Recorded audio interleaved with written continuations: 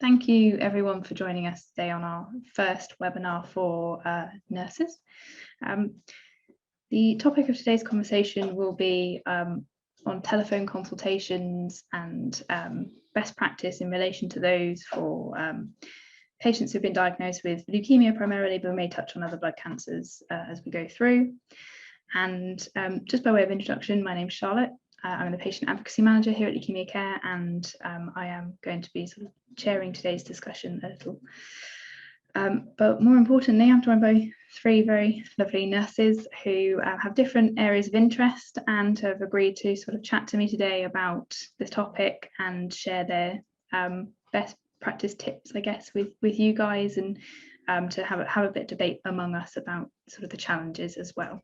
So if we start maybe with some introductions from you ladies. Catherine, would you mind starting first for me, just saying where you're based and what your specialist interest is? Yes, hi, I'm Catherine Langton. I'm a myeloid specialist nurse at St James's over in Leeds, and I look after patients with leukemia, MPNs, MDSs and CML. Great, thank you. Helen, how about you next? Hi, my name's Helen Knight, and I work primarily with the CLL patients at Nottingham, but cover a few of the other weird and wonderful ones, the hairy cells and the LGLs as well. Pick up the waste and strays a little bit, but and that's the role I've been in for about the last 9 years now. Great, thank you, Helen. And Michelle?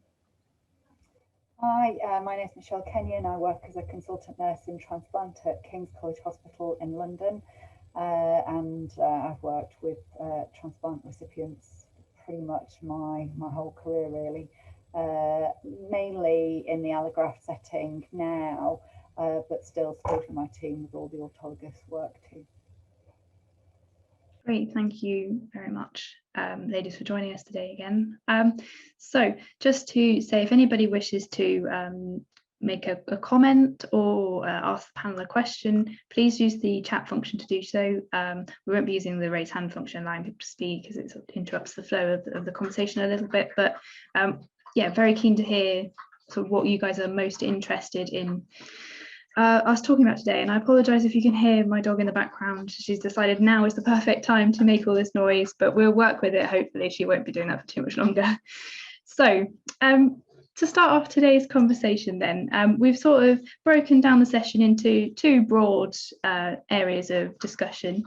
We're going to start with sort of talking about challenges of telephone consultations, advantages, disadvantages, the current climate, and how to and what we can do to make telephone consultations work, and then move on to sort of how to conduct a telephone call or a series of consultations, and hear from the panel as to whether they've got any thoughts on how best to do that. So to kick us off then, I guess I wanted, and I apologise to the panel for sort of throwing this in here, but I was listening to the news very shortly before joining, and there was a piece about Northern Ireland and about some nurses who have quit today, and they weren't haematology nurses, but I think what is an interesting sort of background to this whole conversation is the underlying challenges of nursing in the NHS and the COVID pandemic. And maybe Helen, I could come to you first. For my first question is, can phone consultations help address any of the issues that nurses more generally are facing in the NHS, or are they part of the answer, do you think? I think as COVID first started, I think a lot of us, it was a bit of a baptism of fire for a lot of people that maybe didn't do telephone clinics previously, that there was a very quick switch from face-to-face to telephone across the board, really. I think we found that in Nottingham, especially in haematology. But I think as CNSs, we were sort of put in charge of doing that as well. So I think it's quite high stress. I think if everyone else agrees that you were then in charge of going through all the huge lists of patients for every different consultant, seeing who could be a telephone, who needed to be face-to-face. So I think at the beginning, it was really, really stressful, I think, to try and differentiate who would be a good idea as a telephone, who it just wouldn't work with at all, and who needed to be seen. So I think there was a lot of pressure on at the beginning. I think as time's gone on, we're nearly 2 years nearly down the line, aren't we?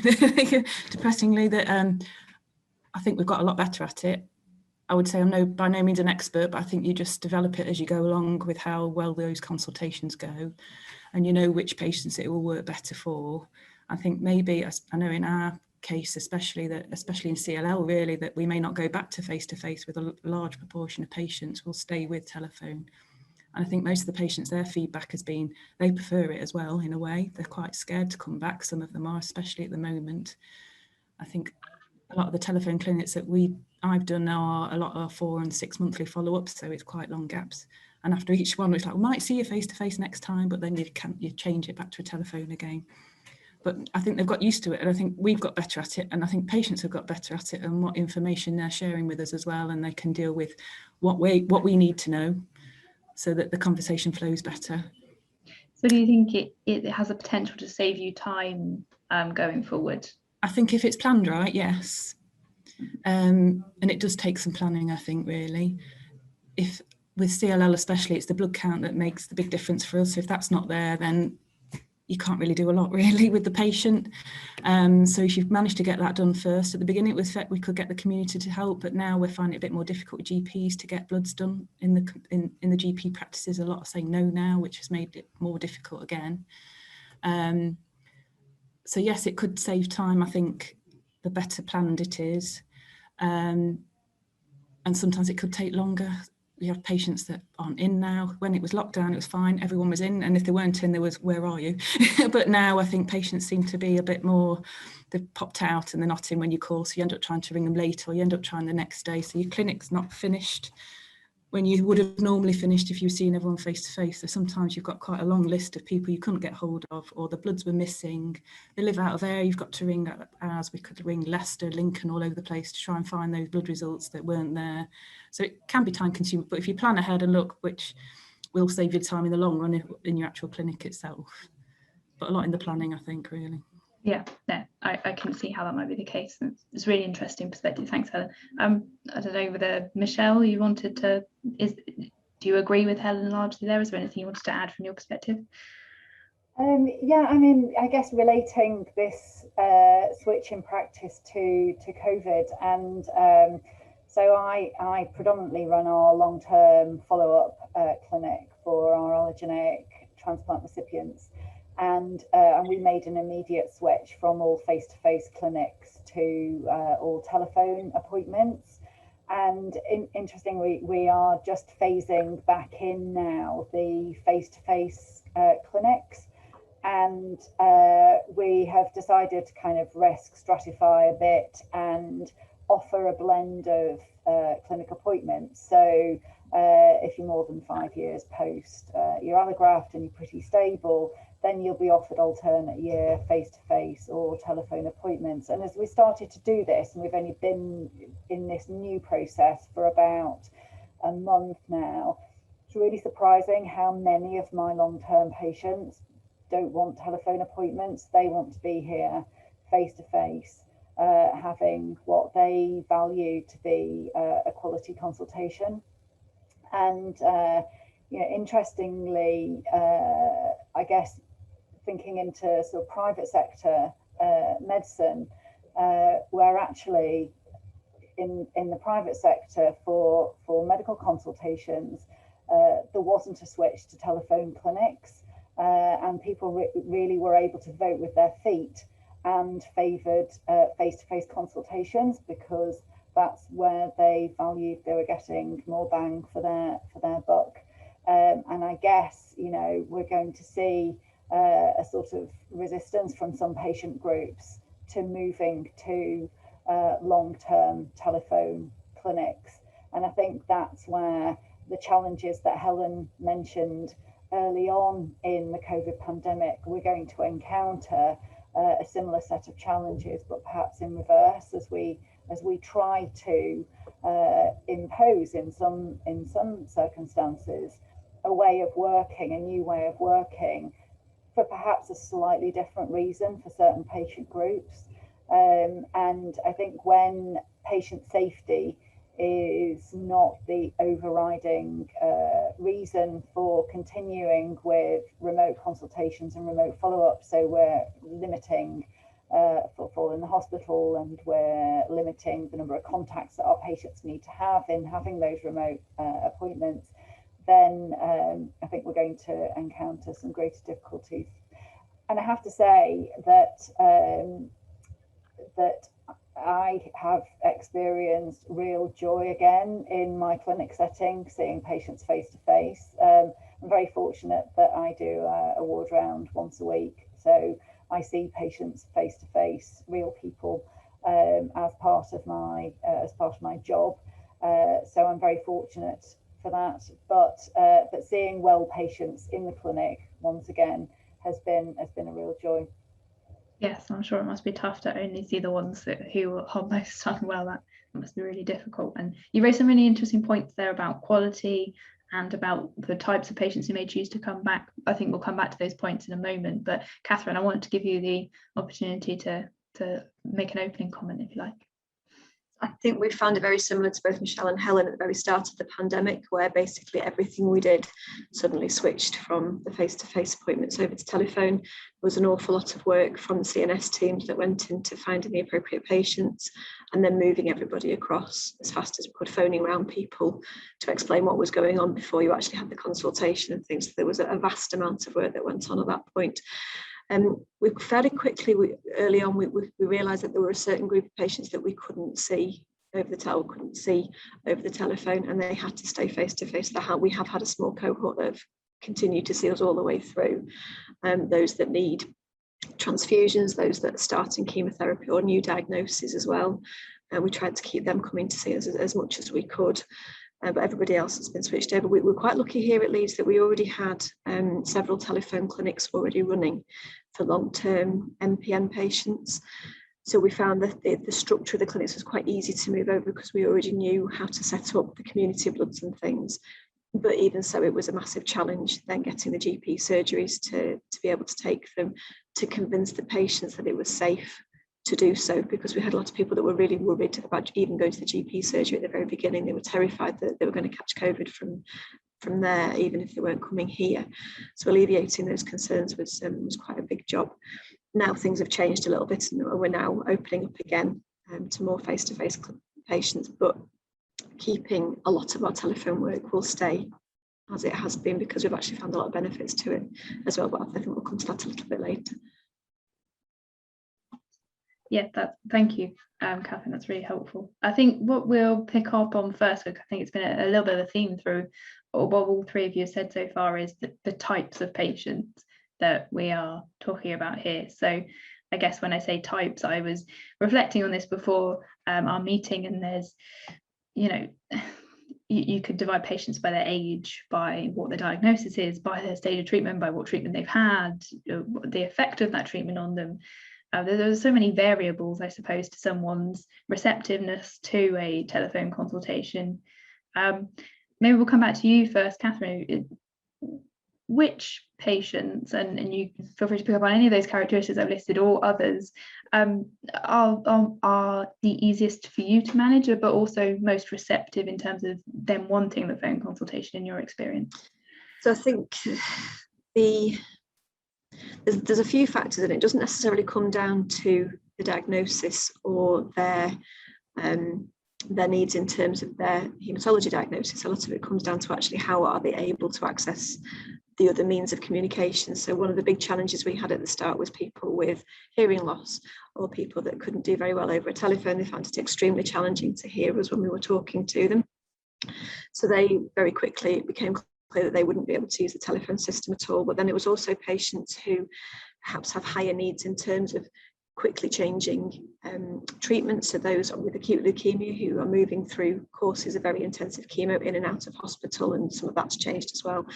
They needed to come and see us really to actually discuss the ins and the outs, because doing it over the phone, we did do it for the first few months, and then by the end of summer last year we decided it just wasn't appropriate.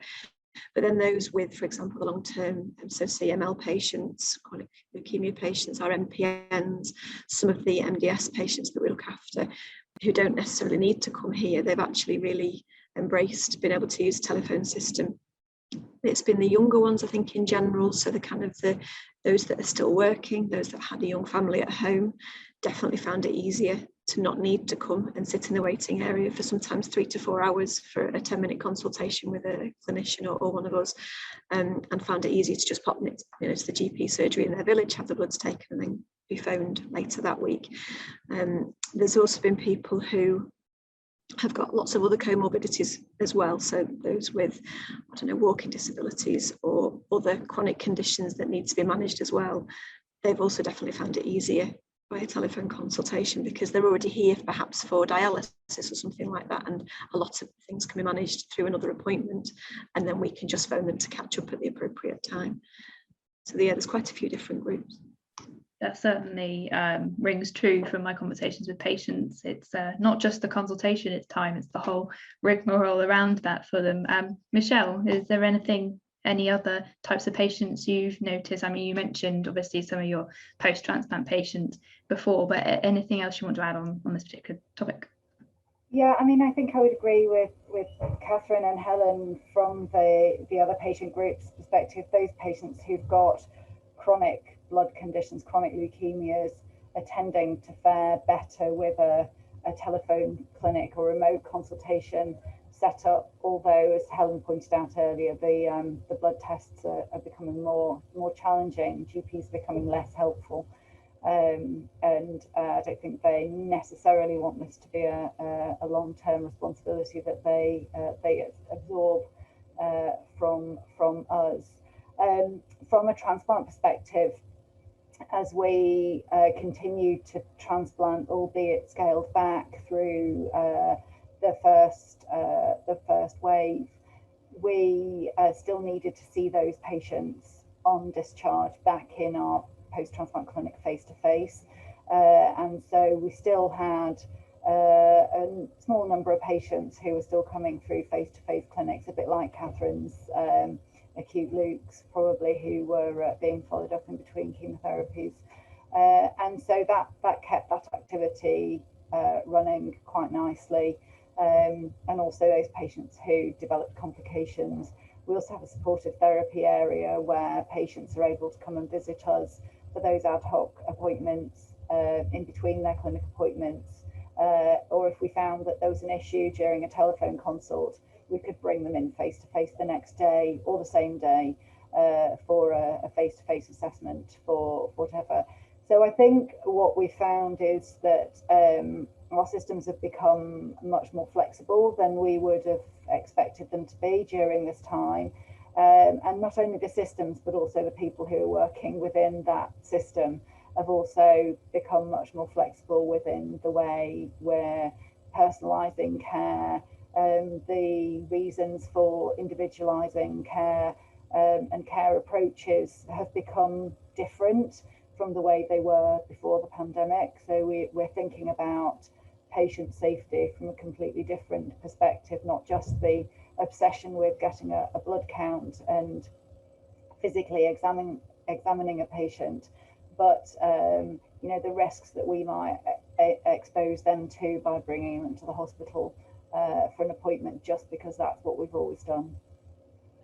I'm interested in what you say about that flexibility. So if you have a phone consultation and you're concerned about people and you bring them in pretty quickly, I mean, do you find that ability to follow up if necessary is helpful from a patient perspective to reassure them that the phone is not less good in a way? That's really bad grammar, apologies. Yeah, that the phone consultation can be the start of an assessment process rather than the beginning and end of an assessment process, absolutely. And you know, it's really important that patients are able to access care in the most appropriate way at the time that they need it. You know, particularly if you identify that there are new issues that have developed in between consultations that you weren't expecting, you know, that kind of allocation of appointment types can be quite complicated, as Helen described earlier on. And you know, although we're better at it now, it's not a perfect system, and somebody will be identified for a telephone appointment, and you know, they'll talk to you on the phone about all the difficulties that they're having, and it becomes clear that you actually need to see them and need to see them quite quickly, or they have a physical review with somebody. Great, thank you. And Helen, you're welcome to comment on anything we've talked about so far, but I had one thought as we were going through that we've not mentioned yet a certain type of patients that occurred to me prior to this, and that's people who for whom English may not be their first language. And I don't know whether you would mind commenting on that specifically. Is that something that you have seen and had difficulty with in terms of phone conversations? Yeah, I think we've encountered it a few times where we don't rule out telephone conversations. You've got to plan that you can still get interpreters, that we can do that via the phone as well, so it's not impossible. So we wouldn't rule them out for a telephone consultation because of that. So you can get around it. It's just flagging it up early enough that you know that will be an issue, and then you can plan ahead to get the relevant people involved so that you can continue to do it like that. Great, thank you. And is there anything you wanted to comment on, other types of patients that you have found that are particularly good or not good for telephone consultations? Mirror what Catherine and Michelle have said, really. I think we've had to be flexible, and everybody's individual, and that the telephone consultation is just the beginning, really. And if we need to see them, we would definitely bring them in. The doors have definitely not been shut, have they? We've always brought people in that needed to be seen, no matter what. And sometimes you just need to see somebody face to face and examine them and get further. I suppose with telephone clinics, you do the minimal bloods, and then it maybe you need to add on some extra ones just to get a bit more information. So bringing them in and get that all done to put people's minds at rest, really. So yeah, definitely being flexible. The doors were, I think a lot of patients thought our doors were shut and they just couldn't come anyway. So it was just to make sure people are aware that we were still functioning, but just thinking of everybody's safety first. So it sounds as if perhaps we need to change the narrative about this sort of consultations, in that, you know, with patients, we should all be saying, not calling them an appointment, we should talk about them as a process. And I'm just wondering whether some of these messages have reached the patients, and whether it's a job for all of us contacting patients to explain that a little bit more, something for us all to reflect on, I think. I have seen a couple of comments and questions related to video appointments in the chat, so I thought we'd sort of take a slight detour and talk about, you know, whether you've had experience of video consultations. Maybe Michelle, do you want to comment first? If you've popped an answer in the chat, but anything you want to elaborate on your experience of video and whether they are sort of better than phone as an intermediate, if you like? Yeah, I mean, I've used them for a few consultations, and some of my medical consultant colleagues that similarly have, and it's really useful. Those patients that we've used it with, we're doing it kind of on an individualized basis, pretty much, because we don't have the software rolled out available in our clinics as yet. So if it feels as though doing a video consult will be more helpful to the patient than a telephone consult, if we're not bringing them face to face, then we'll offer that, but we're not offering it whole scale to everyone. I think it's great for being able to do joint consultations for patients. So if you've got more than one person who you're wanting to speak to at the same time, I've held some consults where I've been on speakerphone on somebody's iPhone, and you tend to have the husband and wife chatting at the same time, and it's really difficult to, in some circumstances, control the consultation, to be able to be the most helpful that you possibly can for the patient and their carer or partner.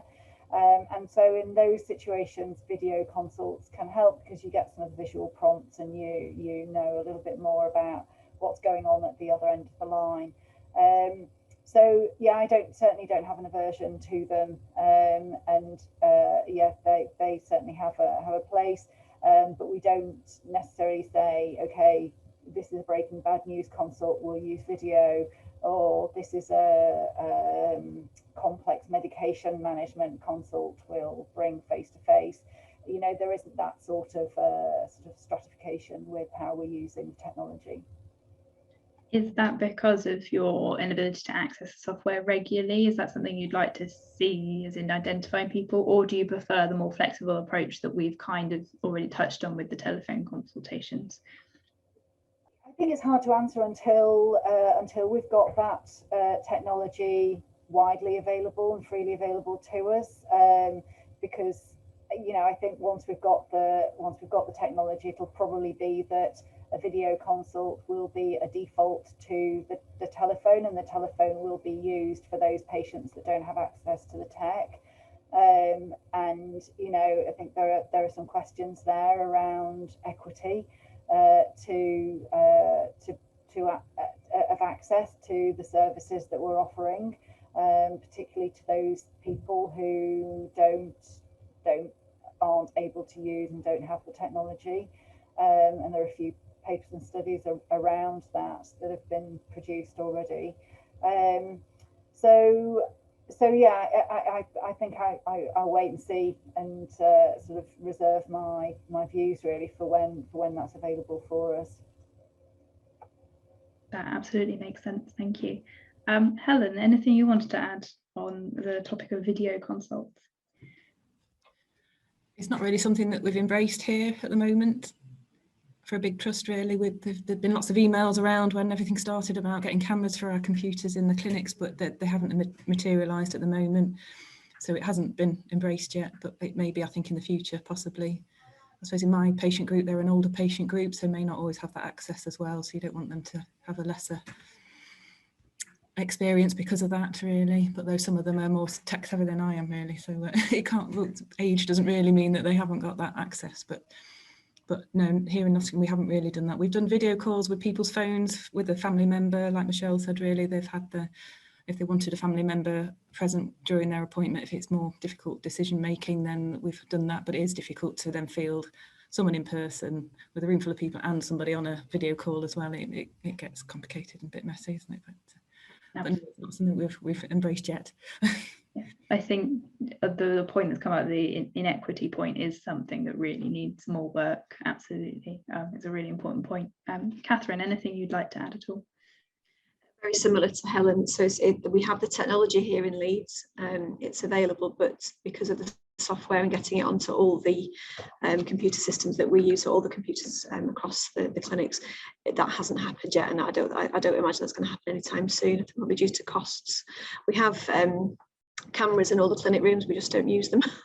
So I know some of our medical consultants are using video calls, but it's literally to maybe a handful of patients, and it tends to be more of the national referrals that we get as part of our tertiary centre, so that's a different setup.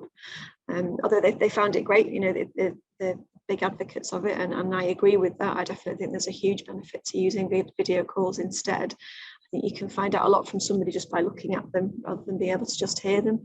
But the reality of that in practice is not necessarily that simple, and because there is a population of patients who won't have access to the correct software at home or be able to use it themselves, it's then what do we do about them? And it wouldn't be fair to leave them without it as everybody else moves on. But wait and see. It's a work in progress. Absolutely. Yeah, something that needs a lot more work, as we've already touched on. Apologies, just looking at the questions we've had in the chat. I hope that was useful to the person who asked the question about video appointments, but please do chase up if there's something further you'd like me to discuss relating to that. Someone's asked a question about how you are tackling telephone consultations having a much lower tariff to face-to-face consultations, which I've interpreted as a discussion about the time allocated to specific ways of working, and maybe we'll start with Helen this time. Have you found it difficult to sort of keep to the time allocated in telephone consultations, and are you given less time for the consultation if it's on the phone?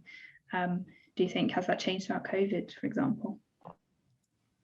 I don't think we've allocated less time for the telephone consultations. You haven't got that crossover in between that sometimes saves you time as well with bringing new patients in and things.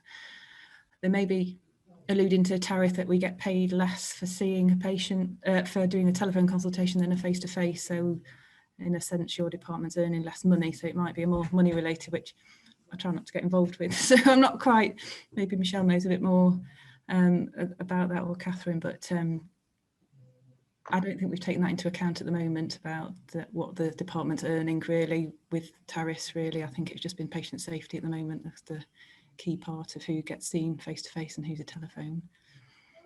I guess why I interpreted it as time is there may be some people experience pressure to spend less time doing telephone or do more in the same period of time because of the tariff issue, but it's good to hear that that's something you've not experienced, Helen. Or I think we're more flexible with the telephone clinic, so if we've got a big clinic, sometimes we'll start early, so we may ring them a few hours before that clinic slot, really, just to try and get, so you've got more time really on a whole with the patients. It may take even longer really, because you would start ringing them at lunchtime where you would have normally started at 2. So we've done that. If we've got huge numbers of people to get through, we will be a bit more flexible with our timing. So your normal clinic time will probably be a lot longer because you feel you haven't got time in the afternoon just to see everybody. So you try and have a head start in a way, if you possibly can.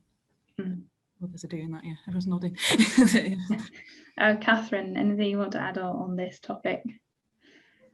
So yeah, almost exactly the same as Helen. We're quite often ringing patients during telephone clinics at a different time during the day, or if the morning clinic, for example, is getting very busy, sometimes we'll bump some of them onto the afternoon with a quick courtesy call just in the morning to say we'll phone you a little bit later. In terms of payments, I don't tend to get involved in that side of it. I just hope someone somewhere can work that out if it as and when it becomes an issue, because that is, I suppose, longer term, that is concerning actually. I'll have to wait and see. I'll leave that to the business managers. Absolutely. Michelle, anything you'd like to add?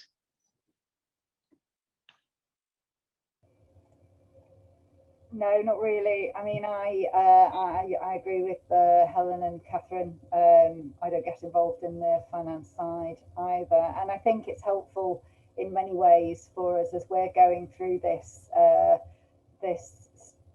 new stage of transition in the care that we're delivering, that for us that the finance and the tariffs don't need to be drivers for the care that we deliver, particularly as as nothing has really stood still for us very much over the last 18 months to 2 years, and I think it's helpful that we're able to make judgments about care in the best interest of the patient, rather than be influenced by the business side of things.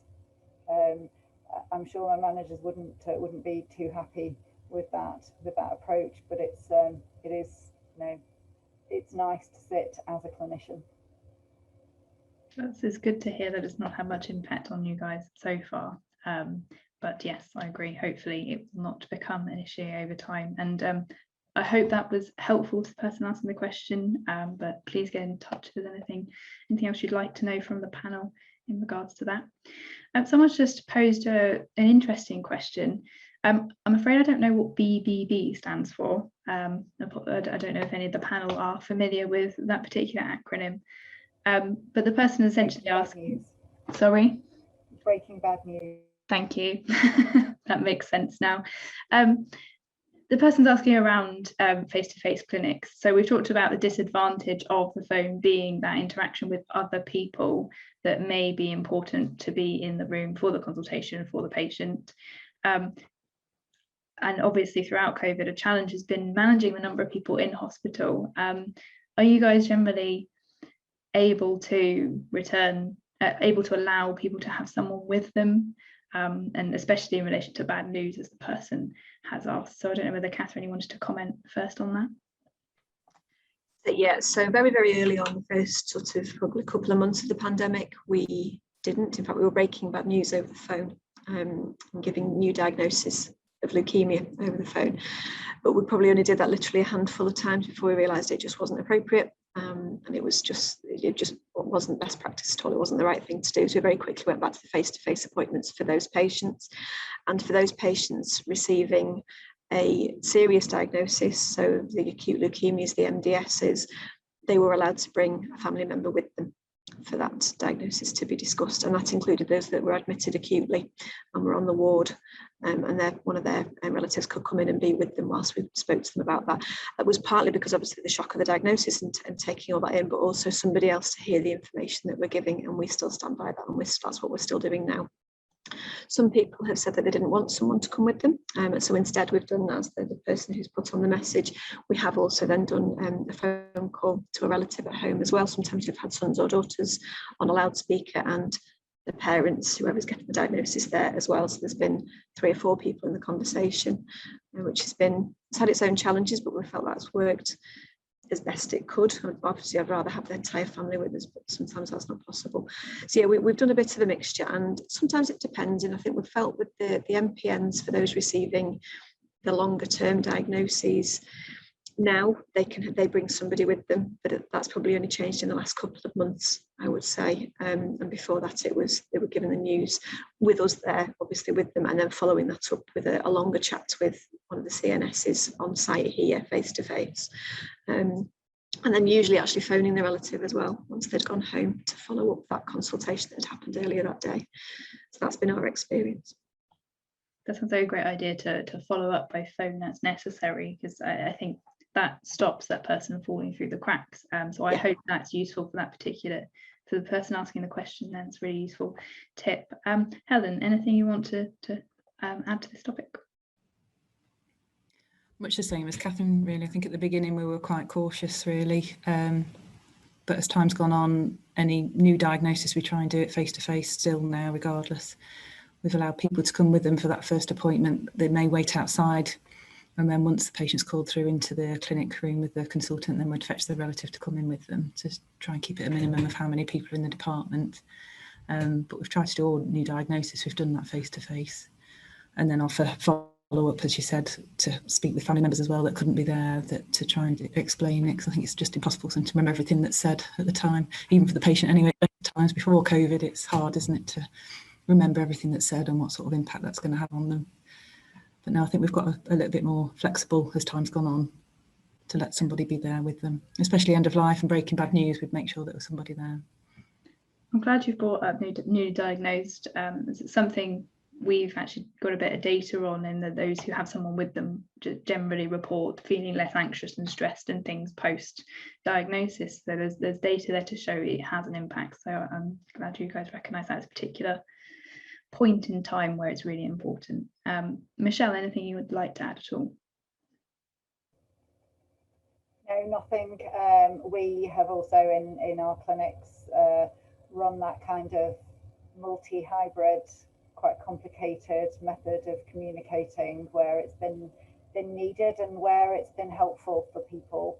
I think ultimately, at the moment, it's certainly hard to get a group of people in a clinic room by any other means except for utilising the assistance of technology. So having, a relative in the room with the patient and a CNS and a doctor, and then whoever else needs to be involved and wants to listen in real time, doing that by kind of teleconferencing, video conferencing, and that's worked, and everybody's been able to kind of speak and ask questions in that moment. And again, then having a catch-up call with the patient after the consultation, once they've arrived home and that information has been disseminated a bit further, has settled a little bit, just to check where they're at and see what sort of follow-up in terms of info and support is required at that point. Perfect, thank you very much.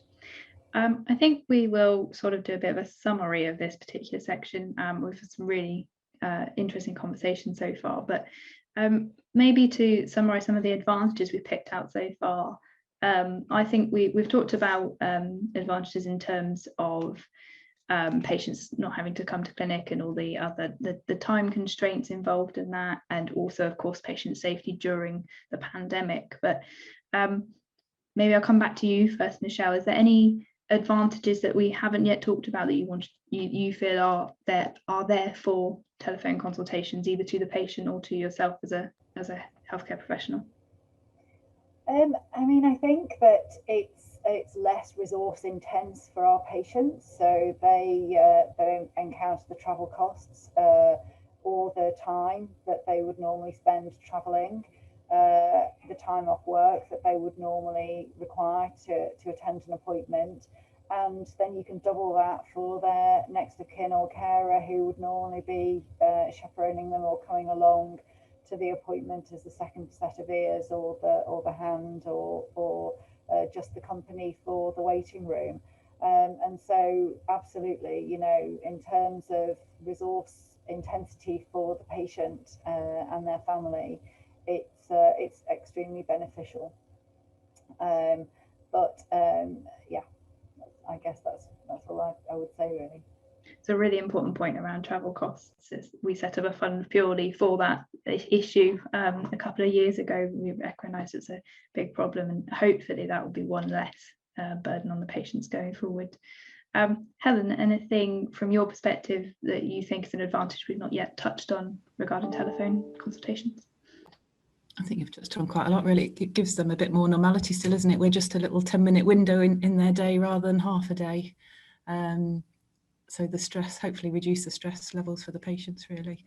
I find with some of the younger patients, they'll ring before the appointment because they'll have had their bloods done maybe a week before and they can't wait that week. So they'll ring before anyway. So you'll get called beforehand just because they need to know, really. But no, I think, yeah, it's more logistics for patients really rather than our benefit sometimes. I think it's their safety and their logistics, because parking's a nightmare for staff, let alone patients. So they're worrying before they even get here. So I think we've touched on most of the advantages really. Great. And Catherine, anything you want to add? I echo exactly what Helen and Michelle have said. I think that it's the advantages to the patient that's the important part of this. Otherwise we wouldn't be doing it. And a lot of that is the time and the cost implication.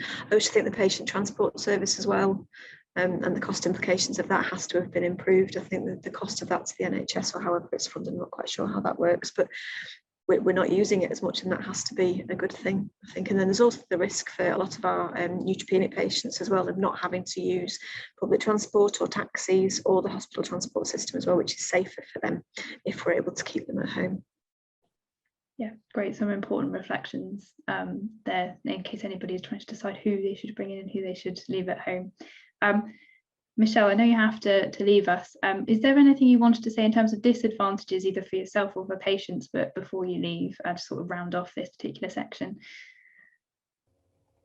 And I think for staff, I think there's I think we really underestimate the amount of work for us involved in organising telephone consultations and managing the entire patient process around that.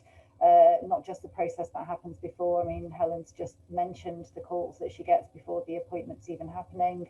There's all the work that's involved in organising the blood tests that do or do not happen, the consults that happens, but without the blood test that then needs to be followed up. And so in our space as nurses, we're managing a lot more information around appointments than we were doing when those appointments were contained within the outpatient timed appointment episode. And I think that would be just one thing. I think just not to underestimate the amount of work that's involved in delivering this to get to the result of a successful consultation that's satisfying and experience for our patients. Thank you so much for your thoughts and your time today. Hopefully see you again soon. Thanks so much. Catherine, anything you wanted to add on disadvantages? I think Michelle's brought some really practical stuff there that hopefully those listening will be able to use when in discussions with, you know, managers and things about the actual practicalities day to day of doing it. I think it's like Michelle said, it's the practicalities of bringing everything together. It's for us, there's been some significant issues with getting blood results through at the right time, getting them done by GPs. We often have patients that from out of area. So for example, although we're based in Leeds, we have patients from Huddersfield, Bradford, right the way over to Scarborough sometimes, and because they're having them done locally, because it's a telephone clinic, getting hold of those results is very challenging sometimes. And that's meaning that you actually have a wasted clinic appointment, which is really, it's not great for the patients, you know, to be phoned to be told, I'm sorry, we don't have those results available. So that's been quite a challenge, I think. And then also just the work that's gone into moving it around, and if there needs to be a change, if something happens, if a patient phones and says, actually I need to be seen face to face, getting that then facilitated it's not difficult, but it's then quite time consuming from our point of view as well, getting it organised, including the transport and things as well. Great. And Helen, anything you want to add on this disadvantages section? I think sometimes you just don't pick up everything on a telephone. It's all only as good as what the patient tells you. So sometimes those non-verbals you'll miss. or you might have a partner that's sat next to them that's just going, no, what they're telling you is completely wrong. They're just telling you what you want to hear, really, just so they can move on and then finish that appointment, put the phone down and carry on with life as normal, and just ignore what's happening in reality. So they may have a big, huge neck node, which they won't bother you with, and things like that. So it's trying to draw out all the information you need, I think, which sometimes you might miss little bits. And you don't build up that relationship with patients. I know the chronic patients and the MPNs, you're going to know them for a very, very long time. If you're not seeing them face to face, sometimes that relationship doesn't grow like it would do normally if you see them face to face. You're just a voice then really at the end of the phone that rings every so often, rather than somebody they actually get to know.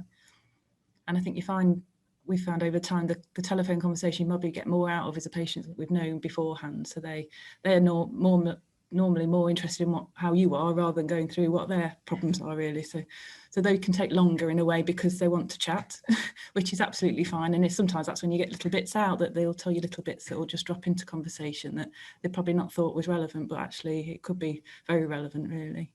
Yeah.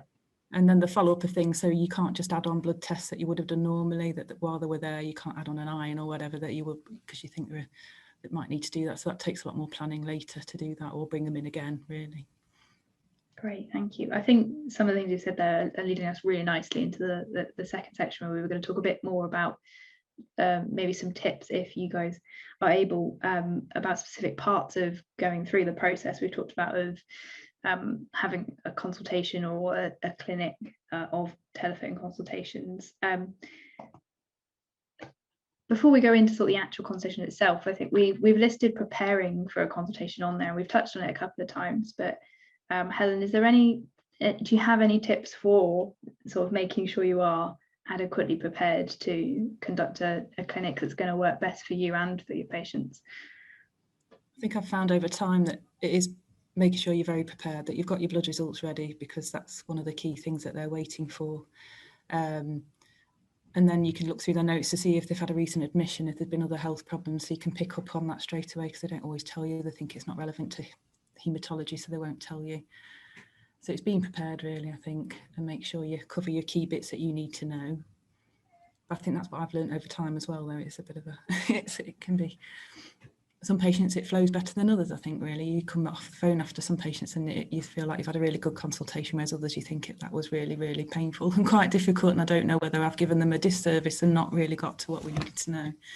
Mm-hmm. But I think that's one of the disadvantages, that sometimes it just doesn't work for some people, really. Telephone doesn't work. And they find it hard to hear and things like that, so it makes it very difficult. You've not got that extra person there that you can bring into the conversation maybe and help make it easier.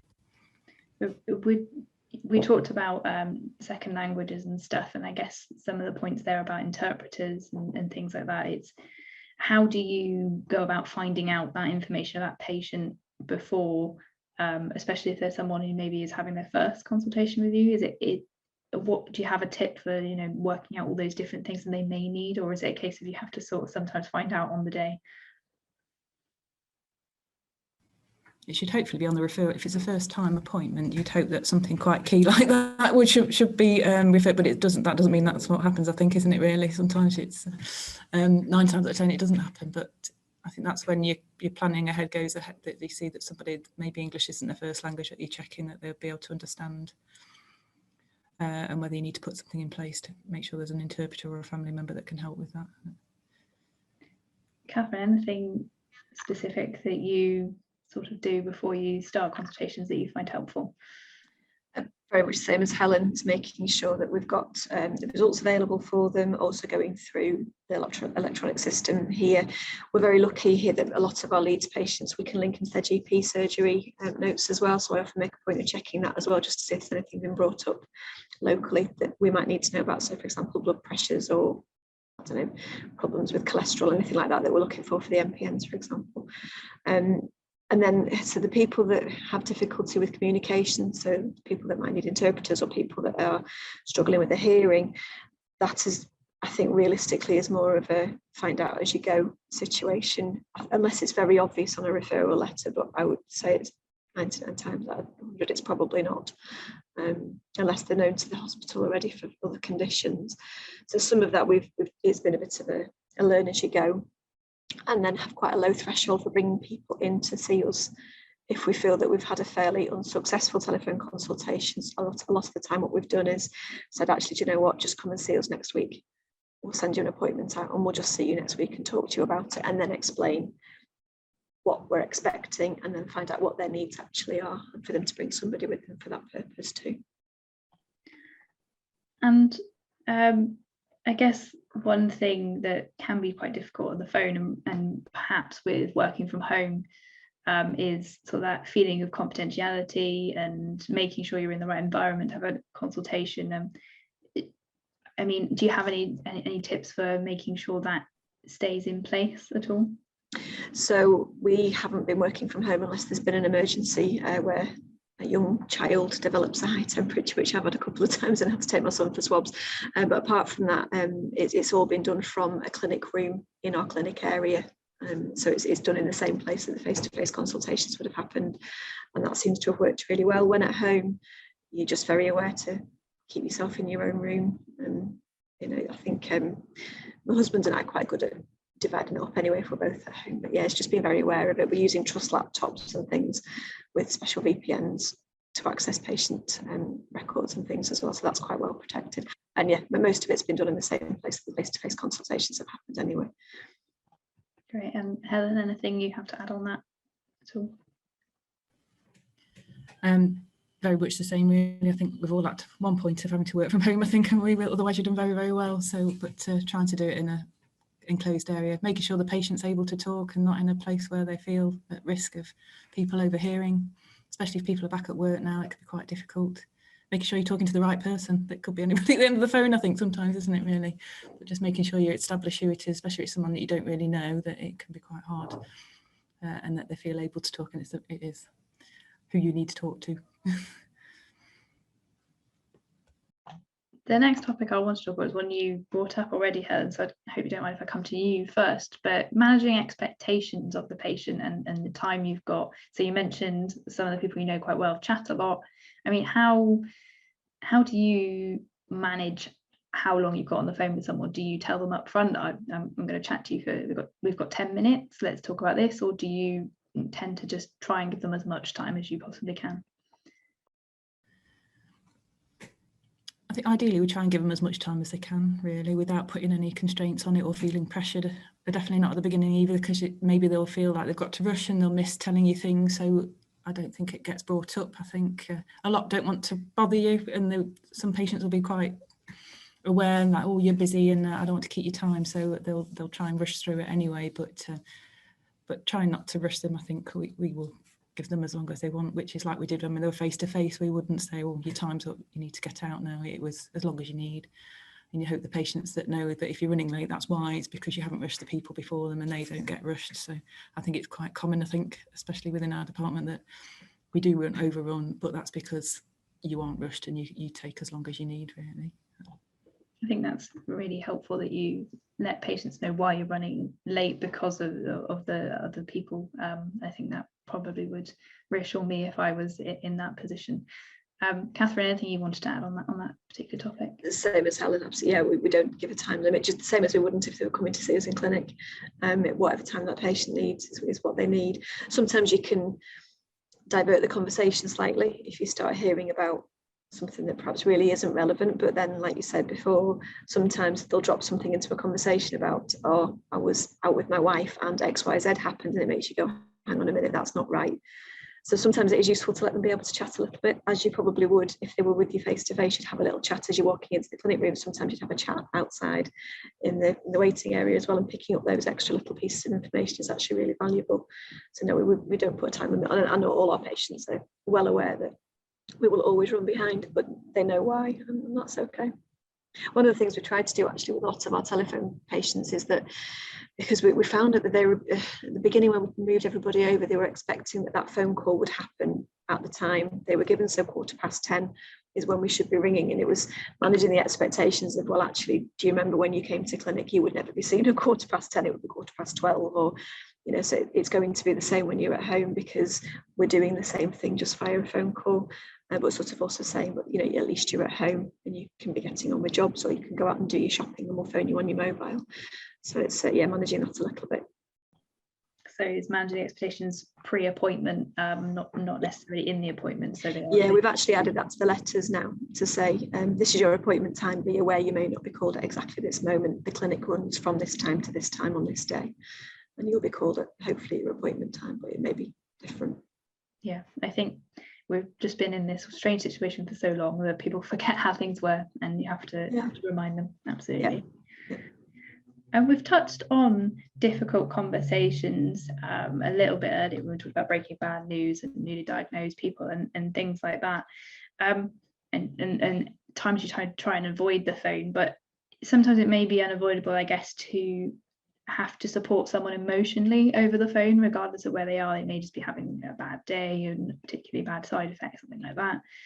I wondered if either of you had any tips on how to have that conversation over the phone when you may not be able to, physically comfort them or anything like that. Helen, did you have any thoughts on that topic? I think it's probably happened a few times where, because it's been so emotional, I think people haven't known where they are really, that I think just listening to people, I think a lot of the time they just want you to listen, and that they know that you're there at the end of the phone, even if you're not there in person, that you are there to talk to. I think we say a lot to patients, just if you want to ring, just ring, just to have, if you just want to scream and shout, then just give us a ring, isn't it? If it helps, then just call us. So yeah, I think it's just being that listening ear a lot of the time. I don't think we'd stop if someone really needed to come in and speak to us and see us face to face, then come in face to face. I think really, if it's that bad, I think that they want to do that as well, then I don't think we would stop people from doing that really, that if they feel they really are struggling. I think a lot of the time it is just a friendly voice that they just want to talk to, and just be told that what they're feeling is probably normal as well, as it a lot of the time really. And then we can signpost to other areas if we can if there is anything else there, that it gives us that opportunity to signpost to, like your set Leukaemia care or Maggie, we've got Maggie's Centre on site and things like that we can try and use too. Absolutely. Catherine, anything you want to add? Pretty much word for word what I was going to say, Helen. It's literally exactly the same.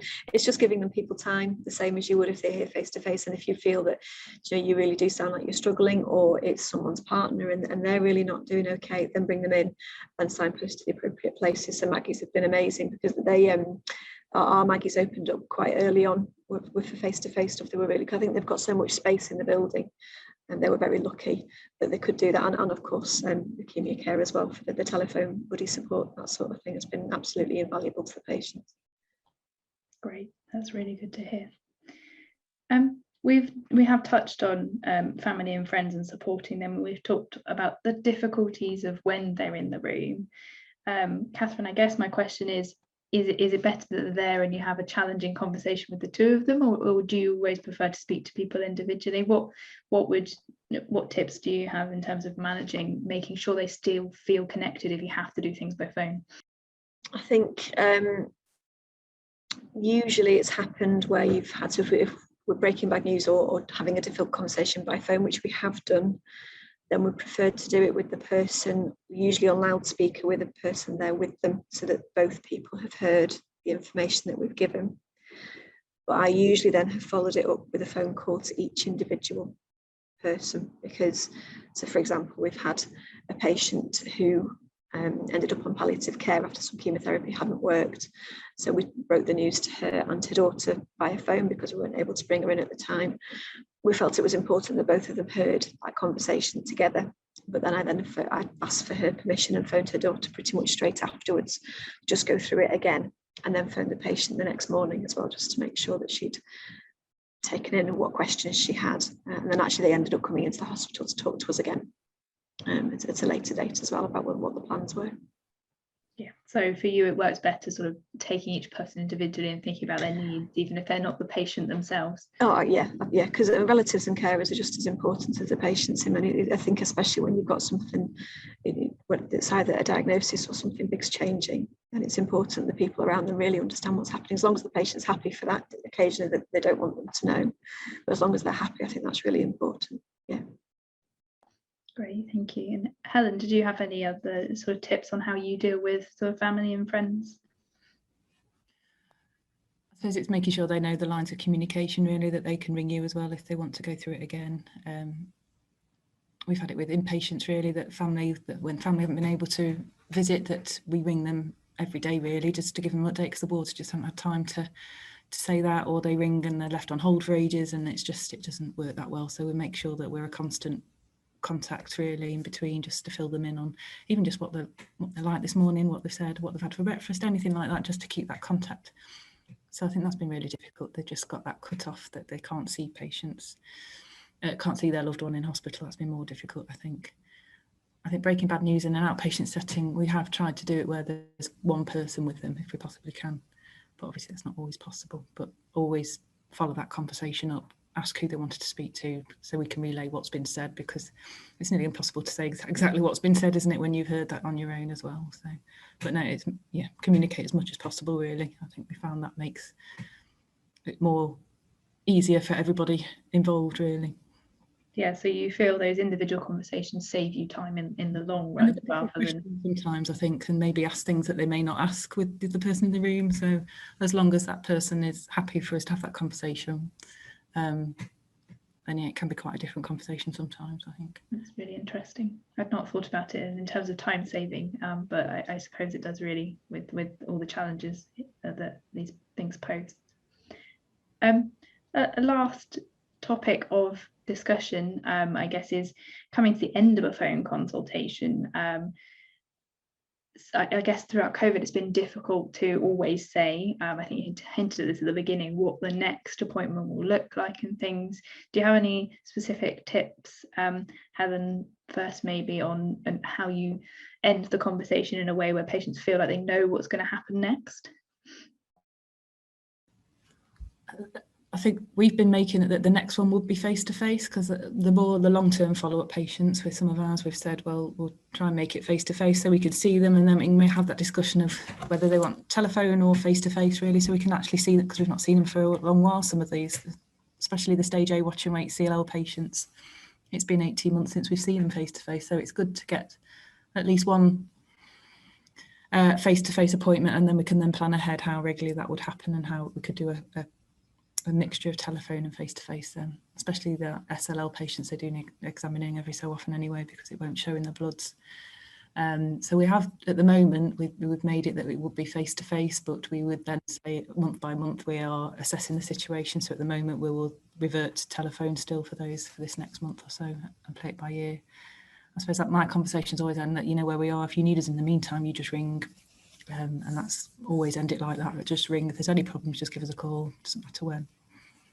That's usually how we end it. So there's somebody there. We've not disappeared. Yeah, I think that's a really important place to end on. I agree. Catherine, anything you wanted to add on that? I think we're tending to end telephone consultations with a plan for the next one. For a lot of our patients, we are saying, again, it will be a telephone call, because those, to the MPNs I'm thinking of in general, we've found that actually it's probably better for them, for a lot of them, that it is kept as telephone. But if that changes, they get in touch. Here's how to get in touch. You've got my number, etc. And we'll change that. And then we'll try and see you within the next year in terms of face-to-face, if that's better. The acute leukemias and the MDS is a little bit different, and they tend to be coming face-to-face fairly regularly, perhaps interspersed with telephone conversations in between, probably half and half, I think, for those that aren't on chemo, I would say. But again, it's an evolving thing, and I think it's got to be on a patient by patient basis. You know, what's that person up to? What treatments are they on? What are their needs? And my feeling that's how it will continue. I think it's making sure that they understand at the end of that conversation what the expectation will be for the next thing, and always end it by saying, "Please phone." That's the way I end every phone call. You know where I am. You've got my number. Absolutely. Just while wait for my colleague to bring up the slides as we round off the conversation, I had one question for you both to end. I guess what I've been thinking throughout this conversation is there seems to be a lot of you guys agreeing with each other, even when there were three of you. And I guess clinicians often write, guidelines or shared experiences down into this is how we should do things. And I've been wondering whether it's needed for telephone consultations, I guess. And I just wondered whether either of you had any reflections on that. Maybe Catherine first. Do you think that's something that the NHS needs? Is write down this is a good telephone consultation and this is a not so good one? Do patients need that consistency? I think that would be a good idea. I think there's probably some good examples of policies that have been written for telephone consultations anyway. It's something, like I said at the beginning, it's something that we've always done for a very long time, 10 years plus. We've had telephone clinics running for our nurse-led patients. And within that is, how to approach the confidentiality, how to manage the expectations, what parameters of bloods to look for, and also when to refer back to the clinicians and the consultants within the clinic as well, and how to do, and what's appropriate for that. So yeah, but no, I think that would be a good, and a blanket one perhaps for everybody would be a really good idea, so that people who are newer to it or they want to improve their practice, and that's a good idea. Yeah. Great, thank you. And Helen, do you agree? Is there anything you'd like to see sort of written down for people to try to follow where possible? Like Catherine said, it's not new. I don't think it's just, I think it's thrown a lot of us into that situation where we maybe not have done that in the past. I had a quick Google to see what was on the internet even beforehand for telephone clinics, and there are bits there and audits, I think, but maybe that's something to look at. You audit your own clinics just to see how good they are. That could be a good key thing that you can see with patients, how good an experience they're getting, what you're missing, what they'd like to see, so you can continually improve it as you go along. And I think as nurses, we're doing more now, and you get better over time as well. I think really it's practice, I think, as well, but to have some key guidelines, yeah, definitely, just to make sure that you're covering confidentiality and things like that is important. But, Great, thank you. We've all sort of fell into the same process, regardless of talking to each other. We're all doing similar things. Yes, exactly. I think that's exactly why I thought of asking the question last minute there. Thank you for your thoughts on that. That's really, really helpful. And thank you both for coming today. And thank you to Michelle, obviously, who's had to leave us already, for your really interesting thoughts and a really interesting debate. And thank you to those who asked questions. And if anybody wants to follow up on anything we've discussed today with us at Leukaemia Care, we'd be more than happy to chat a little bit more if you would all find that helpful. Our contact details are towards the end of this mini slideshow I've got to do very quickly. Just wanted to take the opportunity to remind you all of some of the services we offer. So I think this just emphasises for your patients that we do offer a really wide range of services that can suit anybody, and they're all open to patients as well as friends and family. So please do refer people to us, and you don't even need to know what support they need. We are more than happy to do that part of the work for you. Just let us know they need help, and we will offer them what we have. Next slide, please. I just wanted to highlight our advocacy service in particular. It's something perhaps not everybody is as aware of as others. We do a lot of work in terms of helping patients understand their rights and how the NHS works and how to raise concerns if they have concerns and things like that. So please do direct patients to us if they have any of these kind of questions. So it is something we can help them with. Next slide, please. And here are our general support information for you or your patients if you'd like to get in touch. But thank you again to Helen and Catherine for a really interesting conversation. And we'll see you all at the next webinar, hopefully. Thank you for joining us, everyone who's listening, and have a lovely evening.